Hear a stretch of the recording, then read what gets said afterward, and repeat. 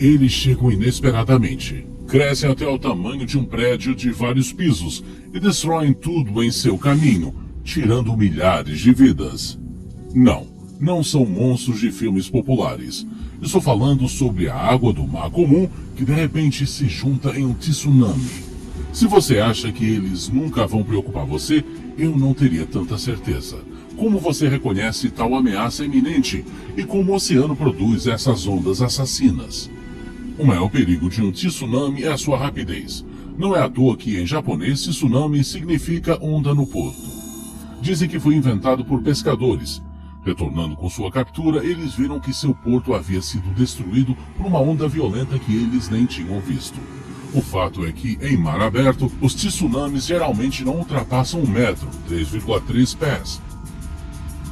Mas em comprimento, ou seja, a distância entre as cristas, podem atingir de 100 a 200 quilômetros, 60 a 120 milhas. Isso é pelo menos 1000 vezes maior do que as ondas comuns. E sua velocidade é como a de um avião a jato. E apenas nas costas, os tsunamis atingem tamanhos incríveis.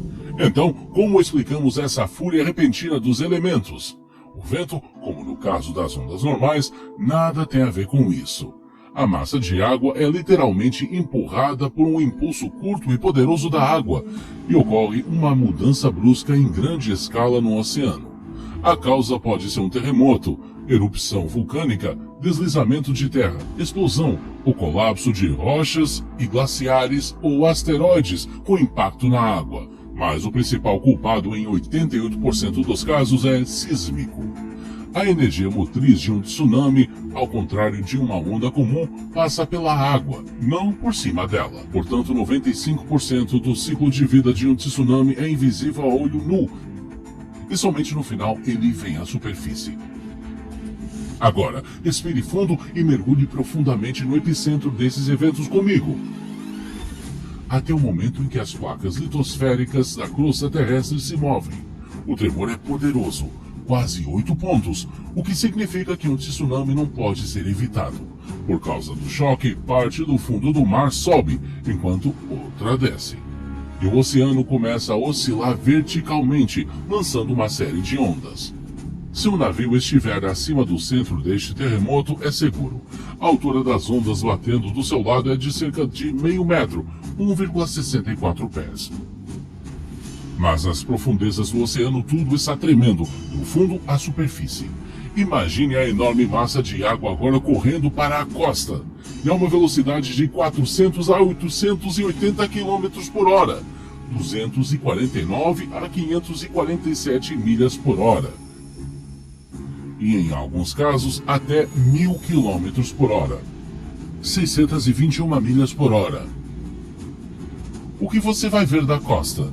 Se você está esperando por uma onda assassina como em filmes de desastre, pode não estar pronto para o que realmente vai acontecer. E você mesmo certamente encontrará sua morte, paralisado pelo comportamento incomum da água. Antes de um tsunami, ele costuma recuar, expondo a costa devido ao assentamento de terras no local do terremoto. Portanto, a pior coisa que você pode fazer nesse momento é começar a coletar conchas e animais do fundo do mar. Isso é o que muitas pessoas fizeram ao se deparar com um tsunami pela primeira vez. Enquanto isso, na costa, parte da onda desacelera para 50 km por hora, 31 milhas por hora, e o resto da massa de água começa a subir devido ao congestionamento. Quanto mais fundo o oceano, mais alta é a crista. E quanto mais a água recua, mais grandioso é o tsunami. Mas agora que você sabe o motivo desse estranho comportamento, pode avisar os outros da catástrofe iminente, como fez a colegial inglesa Tilly Smith na costa do Oceano Índico em 2004.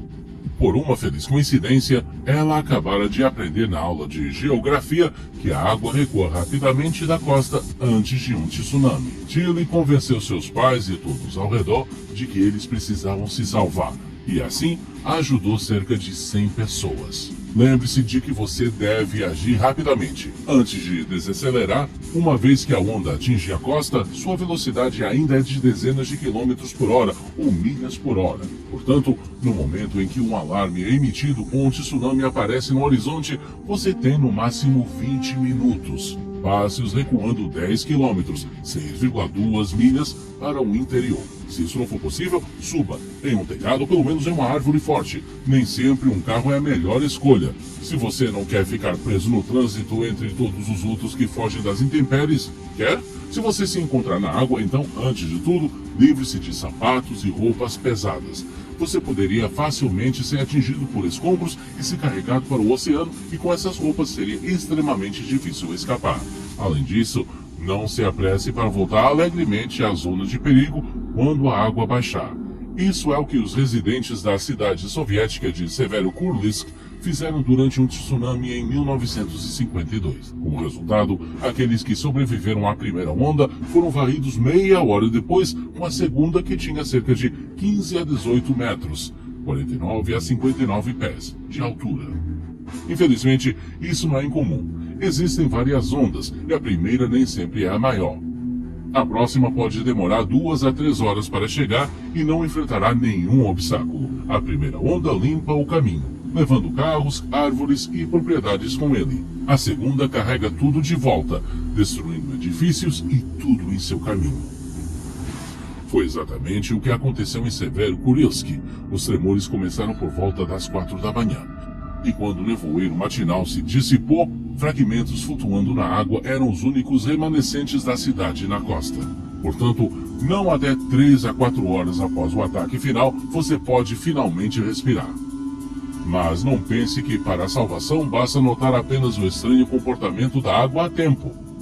Nem sempre retrocede antes de um tsunami, portanto, confiar apenas nesse sinal não é suficiente. As informações mais precisas sobre ameaças serão fornecidas pelos centros de alerta de tsunami. O fato é que as ondas sísmicas se movem muito mais rápido do que as ondas normais. E um alarme desse centro dá aos residentes do litoral alguns minutos preciosos, às vezes até horas, se a origem do terremoto estiver longe da costa. No entanto, nem todos os fortes terremotos subaquáticos levam a tsunamis. Um aumento no nível da água em uma área específica do mar ou oceano fornecerá a previsão mais precisa. É importante que o alarme do ponto de medição chegue antes da própria onda. Enquanto discutimos terremotos subaquáticos, você não deve descartar outras causas de tsunamis. Por exemplo, o maior tsunami do mundo ocorreu no Alasca. 90 milhões de toneladas de rocha e gelo caíram das montanhas na Bahia. A água subiu 524 metros, ou 1.720 pés, no ar. Uma onda varreu a Bahia, arrancando árvores e jogando o navio que estava a 10 quilômetros do epicentro para o outro lado da ilha.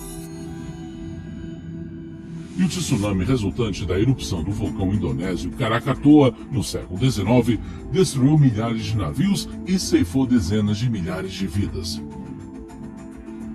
Embora, de acordo com as estatísticas, os vulcões sejam a causa de cerca de apenas 5% desses desastres. Não apenas as ondas assassinas podem ser criadas pela natureza, mas também pela própria humanidade. Por exemplo, explodindo uma bomba atômica subaquática, como aconteceu em meados do século XX.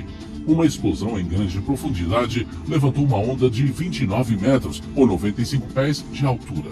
No entanto, não houve danos. Depois de quebrar 300 metros, ou 984 pés, ela se acalmou. A causa mais rara de tsunamis são asteroides, com um diâmetro de mais de 1 quilômetro, ou 0,62 milhas, caindo na água. Por exemplo, de acordo com uma versão, o asteroide Chicxulub, com um diâmetro de 11 a 81 quilômetros, ou 6,8 a 50,3 milhas, e com uma cratera de 20 quilômetros, 12 milhas de profundidade, causou a extinção dos dinossauros. Privou a Terra de luz solar devido à liberação de poeira na atmosfera e desencadeou um tsunami de 14 metros a 1,5 quilômetros, ou 46 pés a 0,93 milhas de altura. Essas ondas varreram o planeta, agitando os oceanos. O mais mortal foi o já mencionado tsunami perto da ilha de Sumatra em 2004. Ele atingiu 14 países e ceifou mais de 200 mil vidas. A energia do terremoto que o desencadeou foi de 20 mil bombas atômicas, como as que uma vez foram lançadas em Hiroshima. Se você fez planos para férias futuras, mas de repente está hesitando, não se apresse em adiá-las. Em primeiro lugar, o maior perigo em termos de tsunamis é a área do Oceano Pacífico chamada o Anel de Fogo. Em segundo lugar, em termos de ondas pequenas, mesmo aí, elas geralmente ocorrem não mais do que 4 vezes por ano. E apenas uma vez por década nascem recordistas com uma altura de 10 metros, cerca de 30 pés. Você já testemunhou um tsunami ou outro desastre natural? Deixe-nos saber nos comentários. Se você gostou do vídeo, dê uma curtida, inscreva-se no canal, clique no sininho para receber notificações de novos vídeos e não se esqueça de nos recomendar aos seus amigos.